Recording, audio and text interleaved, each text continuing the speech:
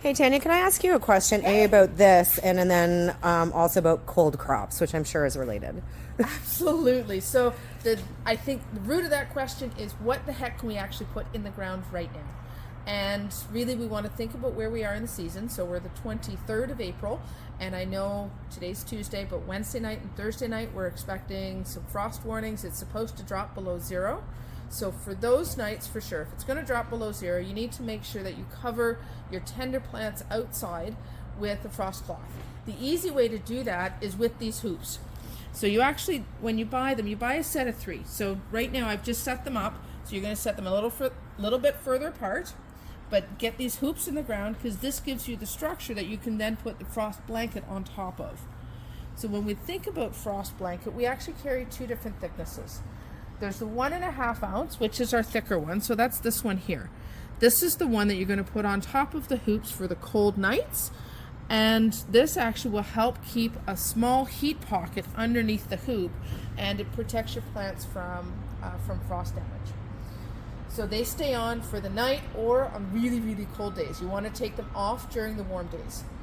Once all danger of frost is past, you can put your frost blanket away, but you're going to keep keep the other one out. So this blanket is 0.6 ounce. It's quite a bit thinner. You can see that, but this is a really, really good plant protecting blanket because it reduces sun scald on the squashes and the melons. And you also put this over your potatoes and your cabbage because it prevents damage from potato bugs, potato beetles, let's say that 5 times fast, and cabbage lopers. So this setup is something that's relatively inexpensive, all things considered, but will help get you to put your plants in a little bit earlier in the season. So for those of us that want to plant right now, you need to do your frost blanket, and then we'll take a look at what our cold crop vegetables are. So as a hint, tomatoes and peppers are not included in that. Tomatoes and peppers right now should be in the house in a nice warm sunny window. The things you're going to plant outside, so our cold crop vegetables, are things like beets. There's some beautiful beet varieties. I know I've got a golden one here. There's a couple red varieties. And then anything that's in the brassica family. So brassicas include broccolis, broccolinis, Brussels sprouts, cauliflowers.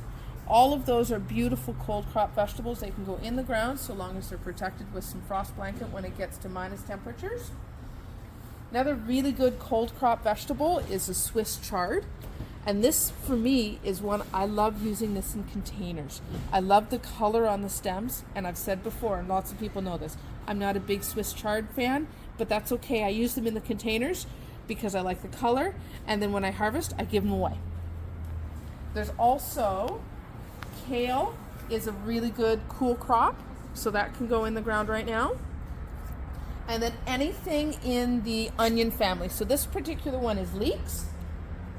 We'll look at onions in a minute. Now lettuce, that's what we're flashing through right now. Lettuce are one of those, I want to be a cold crop vegetable, but I'm really a warm crop vegetable. So if we've got lettuce and you want to put them out, make sure you've got that frost blanket covered. Very, very handy.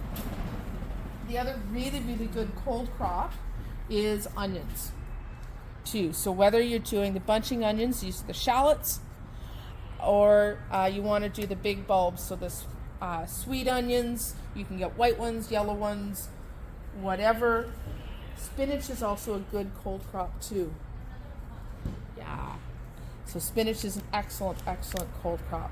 So that gives you a few different things that you can get into the ground right now. Again, with your cold crop vegetables, they can absolutely be in the ground, but make sure you've got some frost protection handy for those really, really chilly nights. What do you do if you put your plants into your garden beds, your cold crops into your garden beds? What do you do for that? So if you're incorporating them into your landscape, so you've got a pocket here and a pocket here and a pocket here, the process is pretty much the same. You may not be able to use the hoop, just because you might not be in a row, and that's okay, but make sure that you still have that frost blanket handy. So you still need to cover it overnight when it's really, really cold, or again, minus temperatures, and just put some rocks, or even just dig in the edges, just so the wind can't lift it off overnight. make it very easy to take on and off. Perfect. Thank you so much, Tanya. Have fun.